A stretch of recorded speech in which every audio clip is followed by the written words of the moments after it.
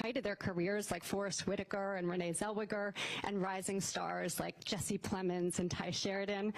This institution allows us to celebrate the legacy Texas has in film and television. The awards benefit the Austin Film Society's artistic programs, which directly benefit independent filmmakers in Texas. To date, we have given out $3 million in cash to Texas filmmakers. A number of the filmmakers supported by AFS through our services and grants will be premiering work this week at South by Southwest. You'll be seeing American Sons, produced by Elizabeth Avion, who's here in the house. Shuffle in Doc Competition, which received an AFS grant and was made with those funds.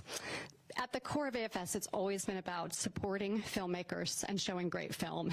This was our origins in 1985 when Richard Linklater started the Austin Film Society back, and now it's been 40 years. So tonight we'll be launching the 40th anniversary celebration of AFS tonight at the awards, and to look back on these 40 years, we're going to show a little film.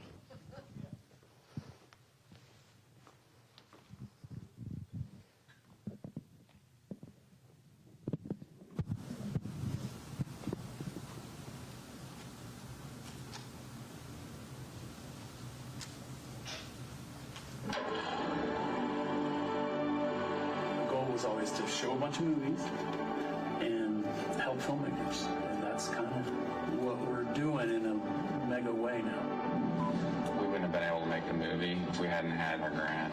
We never would have gotten there without that money. Truly, this film would not have happened without AFS. It was like the first leap of faith for our film. I was just casually going through the mail, and I opened this letter from the Austin Film Society, and it said, "Congratulations," and I screamed. I was running around the house screaming, "I got it, I got it, I got it." I started the film site in '85, showing movies at the Dobie Theater right off campus. I was a lone operator making films completely on my own, so of course you want to build a community. At the core is some film freaks, people who love film, aspiring filmmakers. And now there's so much going on, there's so many filmmakers. Even at a screening, 15 filmmakers in the audience. There's so many young filmmakers, so many young people loving movies. I'm so proud of the Austin Film Society. It's just this dream. We're in our 40th year starting right now. It's just amazing. It's the best version of what we could have imagined.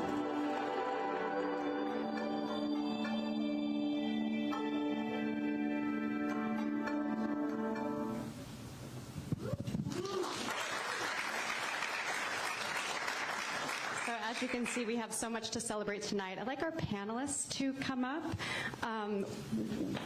We're going to hear this morning from our incredible honorees. This afternoon is an opportunity to hear from them about their careers and about the past and future of Texas film. So I'm going to introduce them. We have Tim and Karrie Lee here on the far right, the founders of the Alamo Draft House and Fantastic Fest. And of course, part of the Oscar-winning film distributor Neon, who had a big weekend with Honora. And we have Richard Linklater, the founder and artistic director of the Austin Film Society, who will be speaking tonight as we kick off our 40th anniversary celebrations. And our Texas Film Hall of Fame honoree Noah Hawley, creator of Fargo and FX and Hulu's new series Alien Earth, which will be out this summer. Our moderator today, we're so happy to have Stephen Thomas Erlewine join us. He is the founding editor of AllMusic. He's a contributor to Rolling Stone, Pitchfork, LA Times, AllMusic, Billboard, and many others. So I'll hand it over to you, Stephen, to get us started today. Thank you. Thanks so much, Holly. I guess we'll start with Richard. Did you ever envision when you started AFS back in '85 that you would be still running it 40 years down the road? Well, to be sure, I'm not running it now. I know. I'm a happy board member, artistic director. I float in and out. It's great. But Did I envision it would still be going, would still be showing movies, Yeah. that we might have a theater, that we'd be helping filmmakers? Yeah, yeah. I did. I didn't envision an awards show like that, but I'm glad. I don't think I was capable of that. So thankfully, we have all these great people around us who can imagine stuff like that and make it happen. Well, what prompted the awards show, the Texas Hall of Fame? It was about, well, obviously 25 years ago. Evan Smith and Louis Black kind of cooked it up one year, and typical short notice, it was like, I don't know, maybe 5 or 6 weeks before the thing, like, hey, let's do a thing. I mean, that's how the South by Film Festival even started. Let's do a festival. Let's do a film festival this year. Yeah. And they just jump in and make it happen. So the first year was a little chaotic, but very memorable. And my thing was like, God, I mean, how long could it last? But every year it's just gotten better and bigger, more fun. I don't know. It's turned out to a wonderful event, something to look forward to every year. What are the big changes that have happened over the last 25 years? As far as the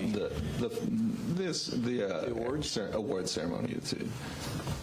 Not a lot of, it's a celebration. It's a celebration. It's just all the great people who come through, and I don't know if I have a lot of any observers here say what's changed a lot. I kind of like that it's pretty constant, Well, it's nice to have some sort of sense of continuity given how turbulent things can be in the arts community right now. Has the food even changed much? I don't know. No, what drew you to the Austin community? I married into it. No, I mean, I want to tell stories to everybody, and I've done my time on the coast. I'm a New York kid. I've lived in San Francisco and LA, and I think it's important in this moment to live here in the middle of the country, to live in a place that's not pretentious. Yeah. It's a great place to raise kids, and it's a great artistic community. When I was in San Francisco, I was part of a writers collective of 21 writers and filmmakers. We had our own office space, and I came to really rely on that. And then when I moved to LA, everyone was so competitive with everybody else. It seemed pretty unnatural for an artistic community. And so what I really love about Austin is, there's a lot of artistic people here, a lot of filmmakers here. A lot of us are loners, but we're loners together, and it's been really rewarding for me to be here. Is this is your latest project with the Chris Pine an outgrowth of your time working here in Austin? Yeah, I mean, when I first moved here, I kind of won the lottery, and in that I set a pilot here and went to series, and so within a year of moving here, I was filming here, and that felt great to me. And that was 2009, and it's taken me all that time to get back here because, around that time, America moved to Canada. And so I've shot so much in Canada and every place but Austin, and I had a window to make a film, and I put it together, and one of the non-negotiables with the financier was that we were going to shoot it here. Fantastic. So, if you have the leverage to do it, and again, I haven't shot a frame yet, you know what I mean? But we're going to shoot it here or we're not going to make it. And you have to, at some point, you have to make those demands. Yeah. And at some point, you're able to make those demands. And make them when you can. Yeah. Tim and Karrie, how about you? Like in the last 40 years of exhibition and distribution, what do you think what are the biggest changes that you've seen? You looking at me, or you want to go? Please. Oh, geez. I mean, there's a lot of changes happening right now. So, it was stable for 39 and a half years, and I don't know what's going on now. So, it's similar to my answer. So this is going to sound like a deflection, right? So, but it might be. when people talk about like what do you see in movie theaters, what are you looking forward to? I'm looking forward to the lack of change. Like I don't want rumble seats. I don't want I just don't want the lights to go down and you get lost in the story. And it's kind of similar to my feelings about production. I mean, I think that we are still in that. If you're granting this 40 years of time frame, certainly what's happened is the means of production have become approachable, and so that always gives me encouragement that the people that are truly creative and just there's a burning inside them. There's like, I can do nothing but make a movie, and they will make movies, and they can make a professional movie with great sound, a great picture, much cheaper than they could 40 years ago. Yeah. So let's just focus on the positives. That's all. I'll leave it there. That's generally a good way to go about it. Yeah. This is for anybody on the panel. How do you think having repertoire screenings through AFS, how does that help foster a community and like the creative, a new generation of creative film artists? Well, I think it's important when you discover the history of film. Like, these theaters are just full of young people. It's so encouraging. People college age, maybe a little, I come to movies and so many young people. Just when people are getting cynical, there's this new generation of people, they look at their phone all day long, they just watch YouTubes, movies are dead, and you look up, and I'm seeing this all over the world, actually. Really? Yeah, so I'm encouraged, and I don't think I'm just kidding myself, because I'm seeing it with my own eyes, that there's just a lot of young people going to movies, very curious about it. They're seeing everything now. But then when you go back and kind of teach yourself film history, isn't it great to see the films on a big screen and not, at home? So any place they can get that's a great thing. So that's what we're trying to do. There was a quote I saw from David Lynch. It said, "You will never experience a movie on your phone." Mm-hmm. But you'll think that you have. But, the experience of a movie, of watching a movie, it's a theatrical experience, right? The experience of watching television is watching television, and it can be very cinematic, certainly, but it's designed to be on your screen at your home. But movies are not designed for that. They're designed for this room. To be shared with other people, and even when because I introduced a screening of Alien here, before I went to make Alien, and of course I've watched Alien a lot of times now in the adaptation of it, but I had not seen it again on the big screen. I'd been lazy and I'd been watching it at home, and it's amazing. It's just a different experience. What kind of differences did you see when you saw it? It's a level of detail. I mean, even on a 100-inch screen, or a projector or whatever, I don't have a screen this size, and it's the level of detail and the immersion and the sound experience of it, and the collective energy of it as well. Because it's amazing how many people haven't seen some of the greatest movies of all time. And you remember those. Like, speaking of David Lynch, I always talk about watching Blue Velvet the opening day on that Friday at the gallery in Houston with like 6 other people in the theater. It wasn't like there was no one there, but that was but I still remember it. I was part of a small community having this weird experience. This unique, I couldn't believe experience. But I want to give a shout out to Tim and Karrie. I think they really revolutionized the theatrical experience in the way that you walk in there, no talking, no devices. It became devices at some point. They invaded. But they took it really seriously. This is a sacred space. This is like church. We're here. We love movies. We want this to be a good experience. So, I don't know. It mattered. So, that experience. And it does change the experience completely. With Alien, for example, I never did watch Alien all the way through because in the theater I got so scared I had to leave.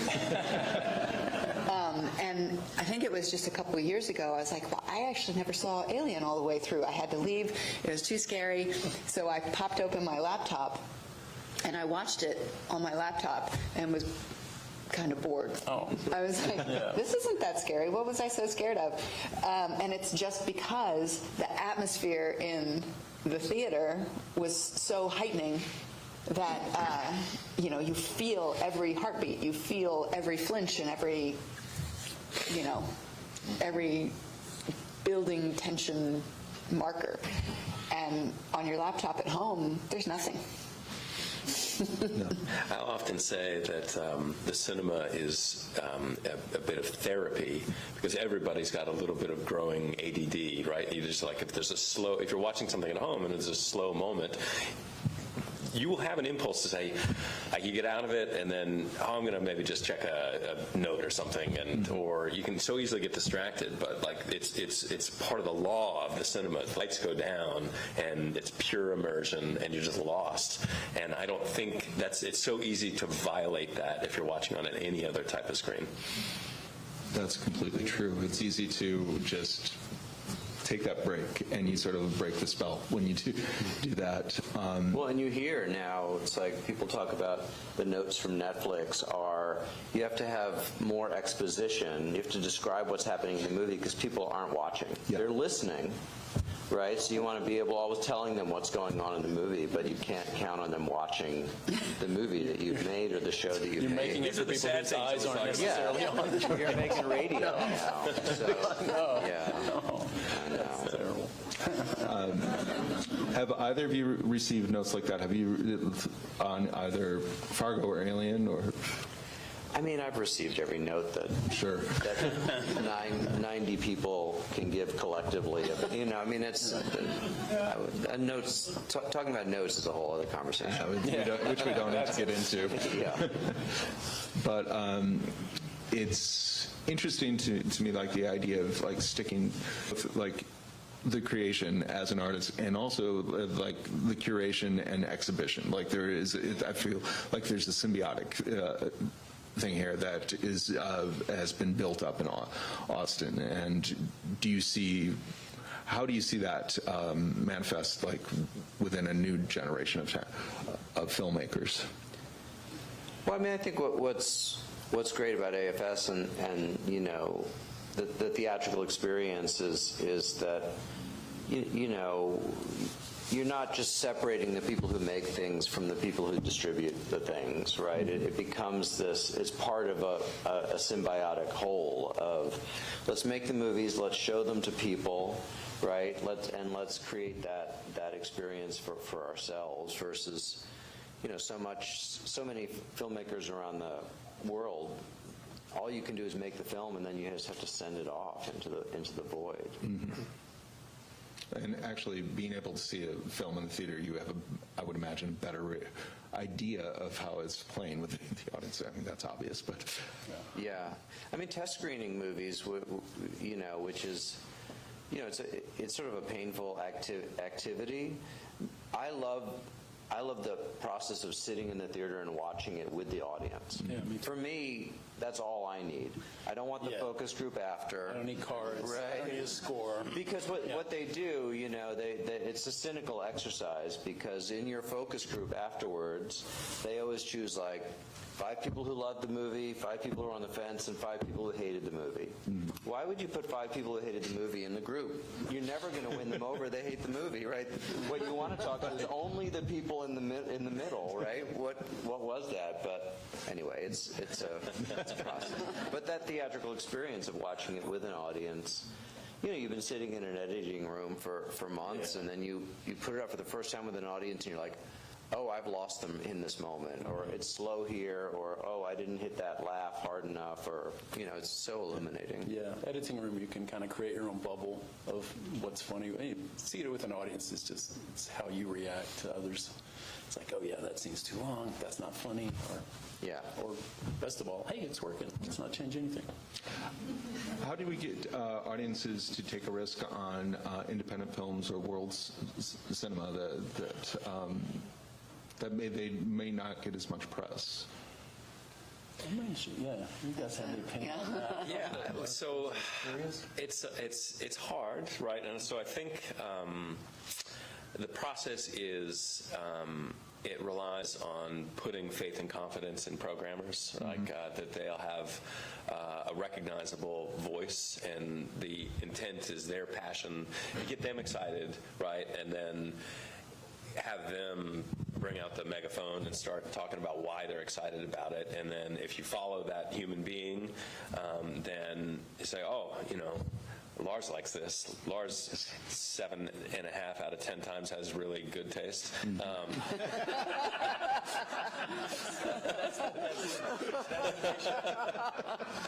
So it's good enough odds for me. I'm going. I'm in. I'm a Lars man.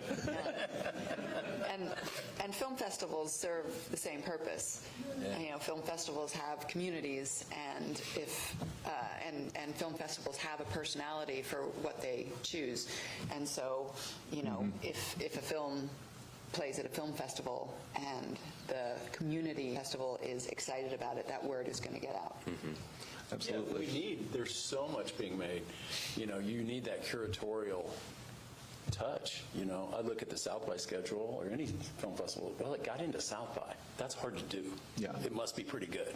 And that's in every category. So, how does a film break through, like after the film festival, or like when it gets into theaters or into streaming? That seems to be like the crux of the point for any art right now, is that there's just so much. Like, how do people actually be able to get drawn to it? It is that community, right? Yeah. It's people within the community that you trust. I think there's a lot of film nerds that go to Letterboxd, right, and Sure. Have little groups, and that people spread the word early about films. But it is a hard process, no doubt about it. And I think the people that really succeed are those that are driven to, show up for screenings and do Q&As and make screenings special. And just, if you're going to put out an independent film, just know that part of it, if nobody knows who you are or what the film is, there's a lot of work, like a lot of miles, a lot of shaking hands, and cradling babies, that kind of stuff. But just go on the political trail and spread the word about, and find the people that are passionate, and it can grow. I mean, there's this weirdo film that's certainly played here and played at our festival called Hundreds of Beavers, that crossed like $1 million theatrical, with nothing but just elbow grease, just pure, no budget, no marketing budget, just a bunch of excited people that tell their friends. And that was real exciting. I just noticed, like, on my own social media feeds, it just would start to grow and grow and just snowballed, and that's a pretty amazing feat. Yeah. Noah, to return back to Alien for a second, what was the creative, since you're here with it, what is the creative impetus for the series? Your way into... Well, see, corporations have this thing called IP, and no, I mean, the creative inspiration for me for the series is always, is there an interesting idea there, and my relationship with FX has been such that when they say, with Legion or with X-Men, like, is there an interesting idea for you there? And I find they let me do that idea, so it's not, I'm not everybody's IP reinvention guy. Some people want really straight down the middle kind of things, but there were some ideas in that original movie, in the first two films really, that felt like the show could be about something. Because an Alien movie is what? It's 2 hours of runaway, right? And that works in a movie, but it doesn't work in long-form storytelling. You got to have some runaway, but otherwise it's like 60%, well, what are we talking about in the story? And I felt like it was really rich creatively for that, so. Well, I think I'm going to open up to the questions for the audience. So does anybody... Is that in front? You might have somewhat answered this, but whenever you debut a film or show at South by, you have the most exciting audience you can possibly imagine at a festival. And then you go to a normal screening, just like Saturday at some random theater. I don't know how often you do that, but you see the audience at a festival, you see that excitement, like, great, everyone should feel this way. And then you go to a theater, like, okay, it's maybe not as, it's different, how often does that skew your future filmmaking when you go to the next project?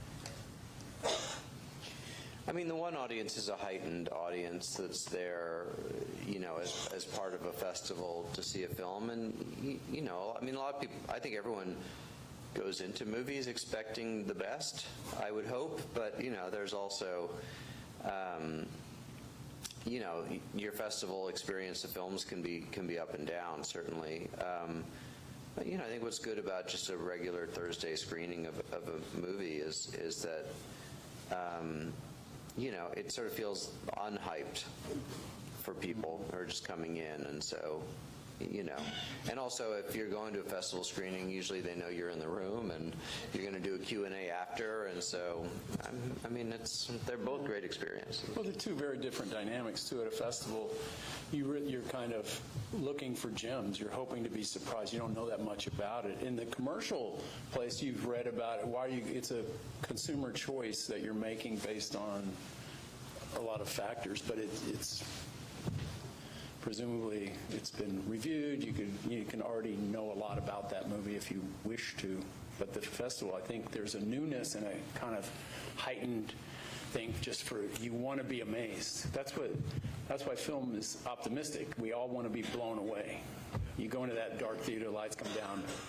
Okay, I'm looking for a very unique experience. Yes. You back there next.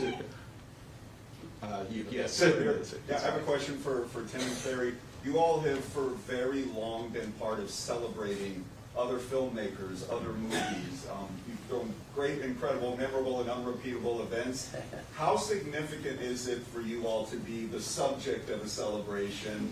How would you like to be remembered for what you meant to Texas film for the time that you've been doing what you do?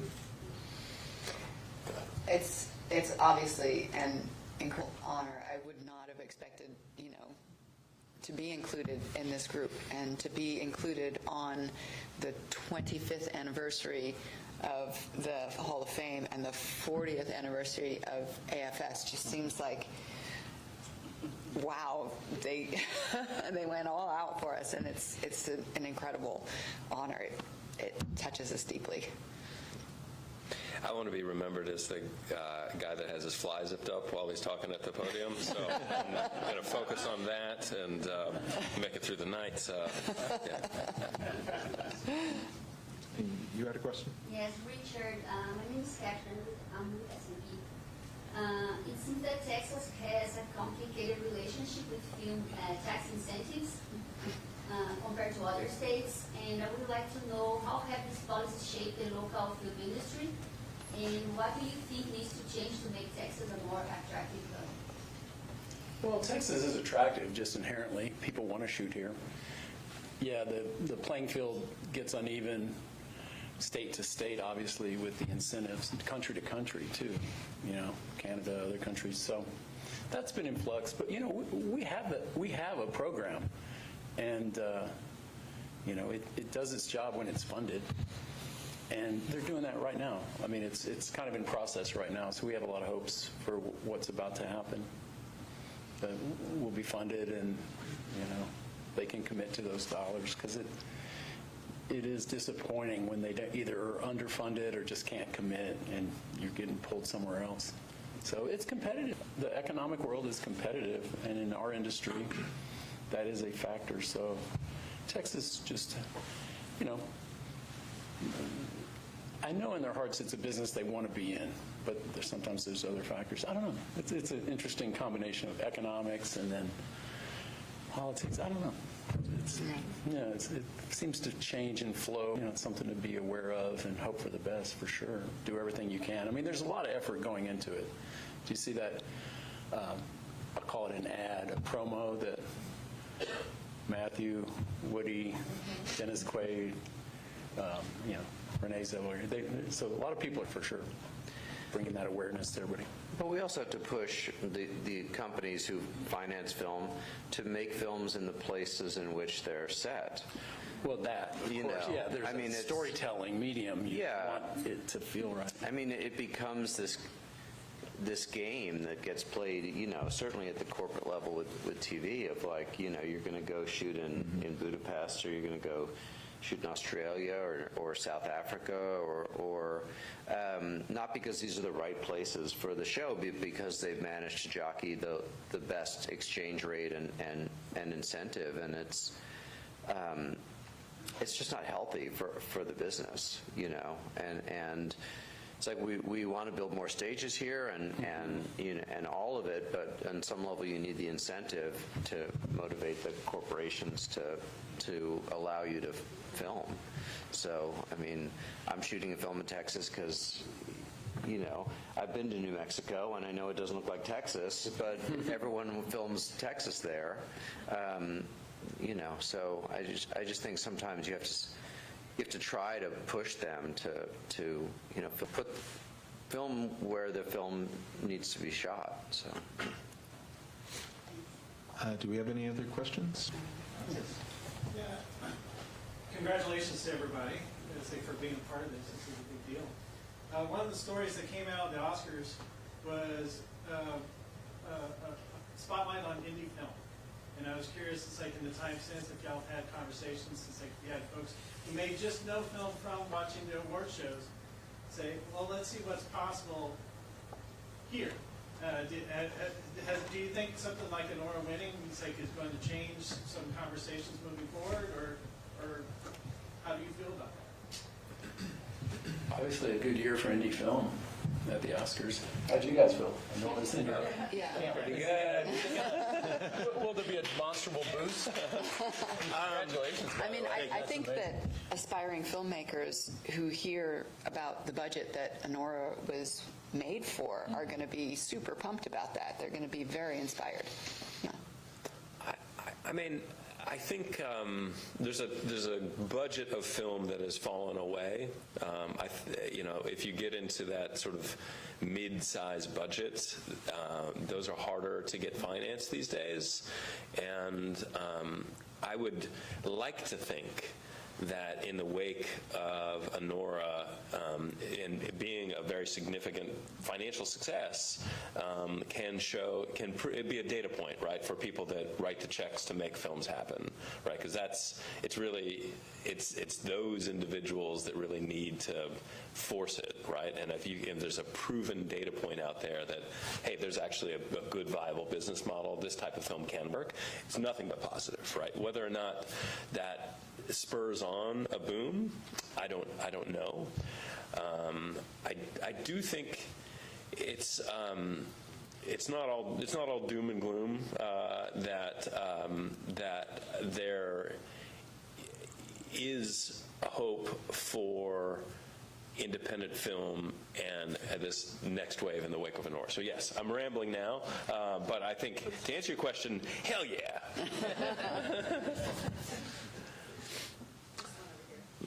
Yes. I can't see back there too well, but whoever's in the back. Piggybacking off of that question, when studios saw that Honora took home the win for a smaller budget than other films that were nominated, do you feel like there would be a chance for more risk from studios to take a chance on independent filmmakers or writers or producers so that they would create more independent films and take them on? Hell yes. I mean, I would hope so. You know, like if it's proven that a $6 million movie can return $100 million, would you rather back that one? I don't think that number's quite accurate. It'll get there. It'll get there. Or you're gonna back a $100 million movie that's gonna bring in $100 million. You know. Yeah, They've got to do the math. I would hope that, you know, take Disney, for example, like the number of failures on that scale of budget. Hopefully somebody can look and say, okay, well, if we parse out, you know, $200 million and we make 40 films, then maybe one of those films would be a success. Maybe that's a more interesting business model than continuing to hemorrhage. So else's decision. So we can hope and evangelize, right? Yeah. Yeah, I mean, you can have a conversation about art, or you can have a conversation about capitalism. I mean, I think that the good thing about a movie like Honora is that, at that price tag, it becomes much more attainable, and it can fight its way toward recognition. And then the more expensive things get, the harder it is to because the corporations, they'd rather make something that they can earn $1 billion off of than something that they can make a $40 million profit off of. And so it's just a different business model. But you also have to spend money on these Oscar campaigns, because like every election in America, it's too much money in it, and so probably I don't know how much was spent on the Honora Oscar campaign, but it's probably certainly more than the budget of the movie, I would imagine. So it takes a lot to get into that spotlight. A long time ago, it's not inconceivable that Honora might have been on a studio. If we go back to the 90s, the studio might have greenlit that film to be, they did all kind of, here's our big films, here's our medium-sized romantic comedies, and let's give these indie guys a shot. They gave me $6 million once to make a film. That's right. On days, it's like, this indie guy had it. Okay, well, how do you know? Sure. But it's become so expensive and time-consuming to get a film before the eyeballs of the public, for them even to know it exists, that they look at their effort. They have a marketing department, and we still have to do all that work for this. They've just chosen to put all their eggs in this big bag, because I think that's, the money drives it, the passion, and the cultivating talent, next generation filmmakers. They just advocated that to another world, largely. To me, in my perspective, over 30 plus years, it's the studios that have changed. They've just, the economics in the studios have reprioritized. There's one more in the middle. One. Yeah, I was kind of curious. We're talking about the beauty of watching films on the big screen, and Tim and Karrie do a wonderful job of magnifying that experience. But I'm curious about your thoughts on the big screen versus streaming, because like a lot of people didn't see Honora, but now they can watch it on streaming, having been exposed to the Oscar win. And I'm just curious about the big screen versus streaming and the impact of that. I think storytellers want their stories to be experienced, as a general rule, but I think you design a film to be seen on a big screen, then that's certainly a preference. When I made Lucy in the Sky, my first thought was, what am I taking for granted? And I was like, well, I'm taking the movie theater for granted, that it's a giant rectangle and that the room is filled with speakers, and you take for granted that you want to use the whole rectangle and all the speakers. But what if that's also a tool as a filmmaker that I can use? When she comes back from space and her world shrinks, well, the image shrinks and the sound moves to the front. It's only when that dopamine hit comes again that and so it's like the theater itself became a tool for me to use to design that experience for the audience. And if you watch it at home, that you don't have that experience of it. I think that I'm never going to tell anyone, don't watch Fargo on your phone. Right? I'd rather you didn't. But I don't take it personal when someone says, "Hey, I saw your movie on a plane." Yeah. I was like, "Good. I like watching movies on planes." It's okay. The history of our medium is you need the filmmakers all in on the theatrical experience. But if you're seeing a film from, I meet young people who said they saw my film, and I know you didn't see it in the theater because that was longer than you've been alive. So I just have to assume you saw it on the Criterion Channel or a video, and that's okay. They're doing the best they can. But we gotta, make it available, repertory, everything we've talked about here. But it's just kind of inevitable, It's the theatrical window that I think offends people when there's really no theatrical window. Mm-hmm. I'll hop on it too, because it's funny, being in the exhibition business, I'm also, I know a lot about the history of this business, and the death of movie theaters has been proclaimed from the mountaintops since the 1950s, right? With every new advance, whether it's television, whether it's the VHS, whether it's DVD, whether it's Netflix, whether it's streaming, and the reality is, streaming has nothing to do with the theatrical experience. It's great. Like watching a movie wherever you're going to watch it, great, whatever. Theatrical is an out-of-home experience. It's not something you do all the time. It should be special. And people have kitchens in their home, but that doesn't mean that restaurants cease to exist. Sometimes you just want to go out and have a special experience. Sometimes you want to go home and just snuggle up in bed and watch TV, and that's great, right? And so if people watch Honoree that way, awesome. Honoree's coming back to theaters this Friday. 42 Alamos. It's opening up in 41 of them. And so because we know that's what Sean wants, that's what real cinephiles and movie lovers want. But it's not everyone's going to do it, and I'm happy if anybody experiences and watches that movie and becomes a fan of Sean Baker, because he's one of the greats. All right. Well, we'll wrap it up after this one. Yes. Question for Noel. So, what motivated you to continue the legacy of Aliens? And are we going to see anything referencing Prometheus? Well, sure. I'm just going to tell you everything right here before the show comes out. As I said before, it's if you think about science fiction, right? There's three iconic science fiction films: there's Star Wars, Star Trek, and Star Trek's TV, but an Alien, and you would never mistake those. Visually, they're so distinctive, right? You would never mistake one for the other, and that world of Alien.